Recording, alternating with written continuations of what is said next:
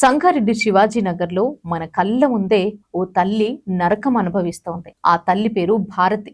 ఆమెకి 75 ఏళ్ల వయసు ఉంటుంది.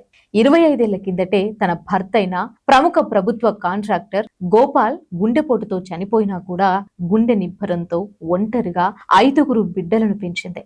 తండ్రి లేని లోటు తెలియకుండా కంటికి రెప్పలా కాపాడుకుంది. పెళ్లిళ్లు చేసింది, జీవితాలను నిలబెట్టింది. కానీ ఆ తల్లి కృషికి, త్యాగానికి ప్రతిఫలం ఏంటంటే బ్రతికుండగానే కన్న బిడ్డల వల్ల నరకం చూడటం. భారతి భర్త గోపాల్ యాదవ్ ఆకస్మిక మరణంతో ఆ కుటుంబం పీకల్లోతు కష్టాల్లోకి వెళ్ళింది. ఆ సమయంలో ఆమె చిన్న కొడుకు మధుసూదన్ యాదవ్ కుటుంబ బాధ్యతలు భుజాన వేసుకున్నారు. అప్పులు తీర్చి ఆస్తులను రక్షించి అమ్మ చేతిలో పెట్టి సంగారెడ్డి వదిలి వెళ్లిపోయాడు. ఇప్పుడు సంగారెడ్డిలో నెలకు 80,000 రూపాయలు కిరాయిలు వచ్చేంత పెద్ద ఆస్తిగా అది మారింది. 10 షెల్టర్లు, 13 పోర్షన్లు ఉన్న ఆ బిల్డింగ్ ఆ తల్లికి ఆదెరువుగా ఉంది. అయితే తన బిడ్డలకు పెళ్లిళ్లు చేసినా నా బిడ్డలే కదా, నా దగ్గరే ఉండండి అని ఆ అమ్మ ఆరాటపడింది. కాని ఆ సంతానం కళ్ళు ఆ తల్లి ప్రేమ మీద కాకుండా ఆమె ఆస్తి మీద పడ్డాయి. ఆశ్రయమిస్తే ఆస్తి మొత్తం తమకే కావాలన్నారు. ఆమెకు రావాల్సిన నెలవారీ కిరాయిలను తమ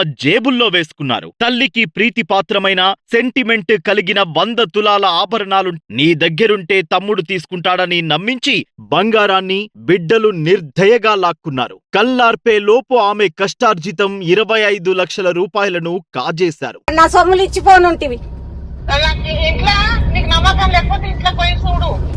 అంత గతి మళ్ళీ నాయనకి ఇవ్వమంటున్నా. నాయన నా చెప్పలేదా నాయన కావా అవి? ఇదేంటి అన్యాయం అని అడిగితే ఆ తల్లిని దెబ్బలు కొట్టారు, వీధిలోకి నెట్టారు. మా కొడుకు ఇంట్లోకించి తిండి పెట్టకుండా 50,000 కిరాయి వస్తుంది బాబు. మళ్ళా నేను పోయే వరకు కిరాయిలన్నీ అడుక్కొని మళ్ళీ ఇలా కొట్టిండ్రు, గేటు దగ్గర వేసి కొట్టింటున్నాను. ఒకనాడు లక్ష్మీదేవిలా కలకలలాడిన ఆ తల్లి కన్నబిడ్డలు పెట్టిన క్షోభ తట్టుకోలేక మానసికంగా, శారీరకంగా కుంగి కృషించింది. న్యాయం ఎక్కడ దాక్కుంది? రాక్షసత్వం కోరలు చాచి సొంత పిల్లల రూపంలోనే తల్లిని కబలిస్తుంటే ఆ అమ్మ అశ్రు నయనాలతో అధికారులను, పోలీసులను ఆశ్రయిస్తే న్యాయం ఆమెకు అందడం లేదు. అధికారులెవరూ అండగా నిలబడడం లేదు. ప్రజావాణిలో కలెక్టర్కు ఫిర్యాదు చేసినా పరిష్కారం లేదు. 1 కాదు 2 కాదు, ఏడాదిన్నరగా ఆమె కాళ్ళు అరిగేలా, నడుములు విరిగేలా తిరుగుతున్నా ఫలితం దక్కడం లేదు. కనికరం మరిచిన సంతానానికి శిక్ష లేదు. కన్న తల్లికి ఓదార్పు లేదు. ఫిర్యాదు చేసిన పాపానికి ఆ తల్లి వయస్సును కూడా చూసి గౌరవించలేని గుడ్డి అధికారం ఆమెను తిప్పించుకుని రాక్షస ఆనందం పొందుతోంది తప్ప తల్లి క్షోభను అర్థం చేసుకోవడం లేదు. ప్రభుత్వ వ్యవస్థలో ఇక న్యాయం మందగించడం చూసి ఆ తల్లి గుండె పగిలింది. తన బిడ్డలే తనకు శత్రువులైతే, ఆదుకోవాల్సిన అధికారులే అండగా నిలబడకపోతే ఆమె గోడు ఎవరికి చెప్పుకోవాలి? ఒక తల్లి కన్నీరు జాతికే శాపం, భారతి బాధ భరతమాతకే అవమానం.